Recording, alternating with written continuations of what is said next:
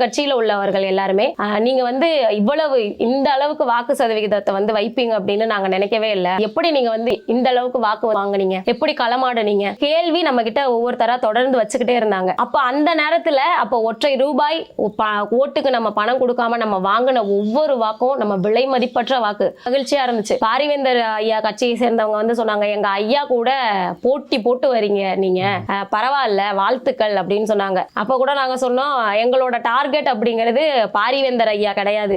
நாங்க வந்து முதல் இடத்தை நோக்கி நகரணும். ஐயா அருணேர் இருக்காங்களா, அவங்க 6 லட்சம் வாக்கு வாங்கியிருக்காங்களா, எங்களுடைய இலக்கு அந்த 6 லட்சம் வாக்கு. அதை நோக்கி இனத்திற்காக நம்ம ஓடணும் அப்படிங்கிறது தான் எங்களுடைய அந்த செயல்பாடா இருந்துச்சு. அப்ப மற்றவர்கள் உள்ளார உள்ளவங்க எல்லாமே என்ன பண்றாங்க, நம்மளை வந்து பாராட்ட ஆரம்பிக்கிறாங்க. ஒரு மிகப்பெரிய ஒரு ஐயப்பாடு அவங்க மனதுக்குள்ளார இருந்தது. அவங்க கேள்வி கேட்கும் போதே நமக்கு தெரிஞ்சது.